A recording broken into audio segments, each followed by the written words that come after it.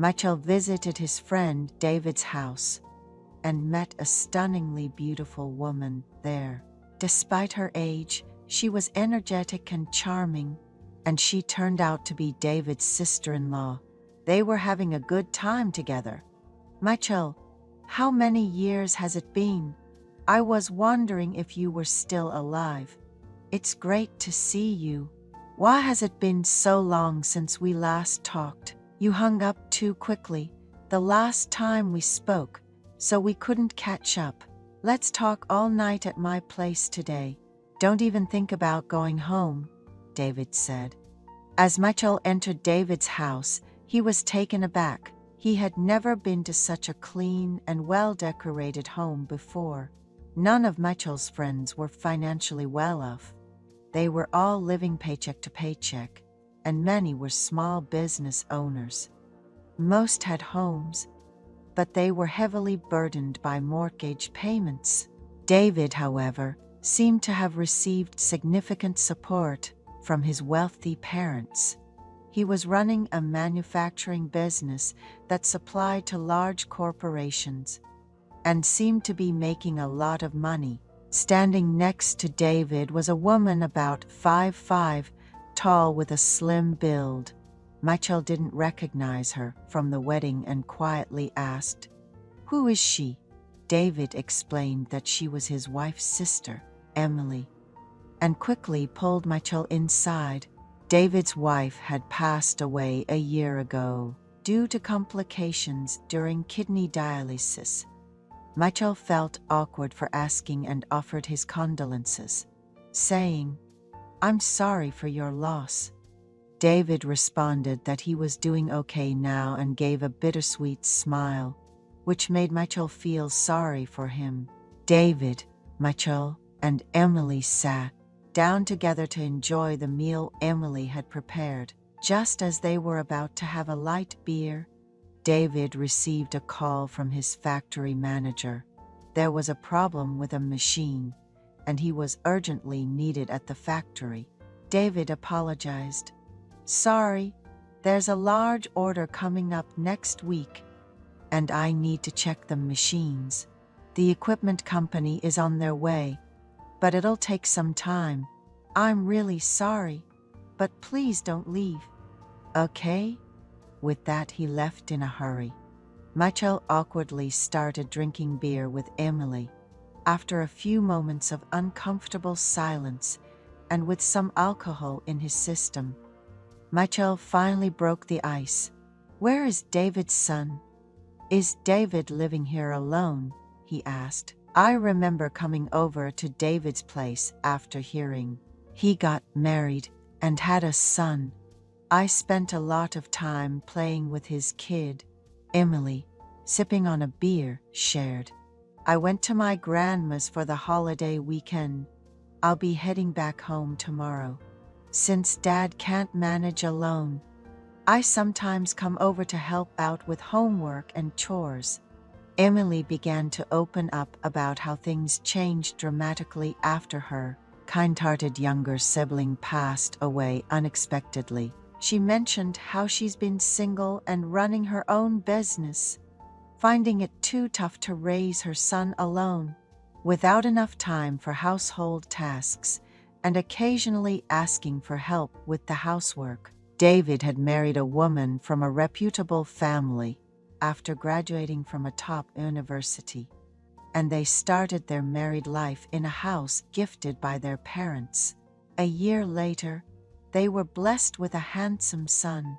Michael, who was single at the time, found David's son adorable and often bought him gifts.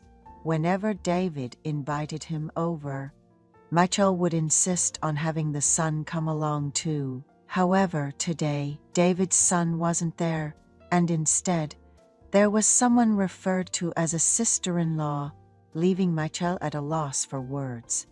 Emily asked Michael if he was married, prompting him to share his story. He had barely enjoyed 3 years of a dreamy, married life when his wife had an accident and passed away a few days later.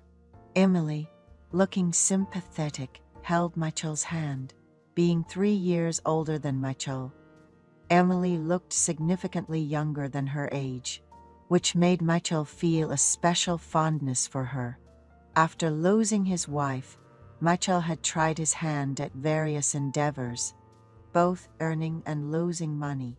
He now ran an online shop specializing in custom lettering balloons and cake toppers, which piqued Emily's interest.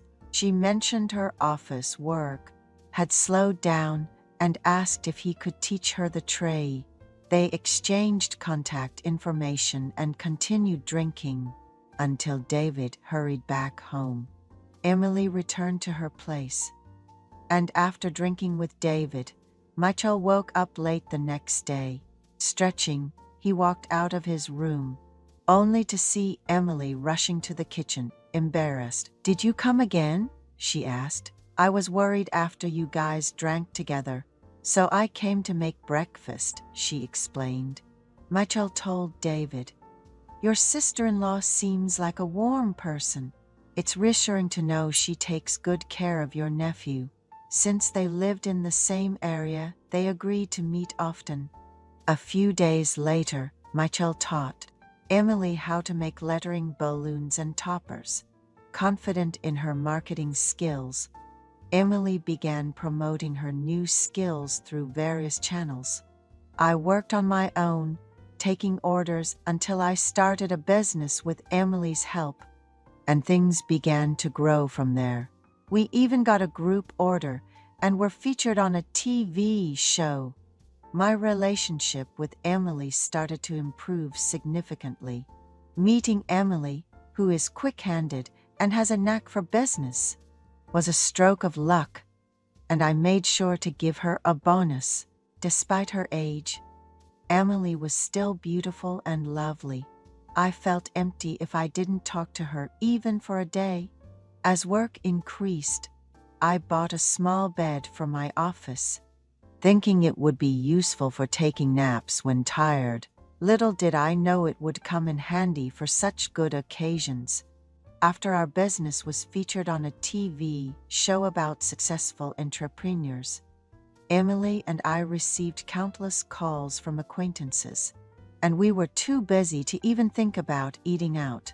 We ordered some snacks from a delivery service and continued working until we fell asleep on the bed, only to be awakened by the sound of the door opening.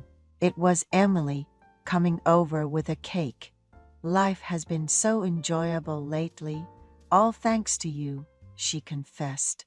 And we decided to take a break from work and enjoy some quality time together. Laughing shyly, unable to remember the last time we had such a moment, I met Emily through David and went to see him.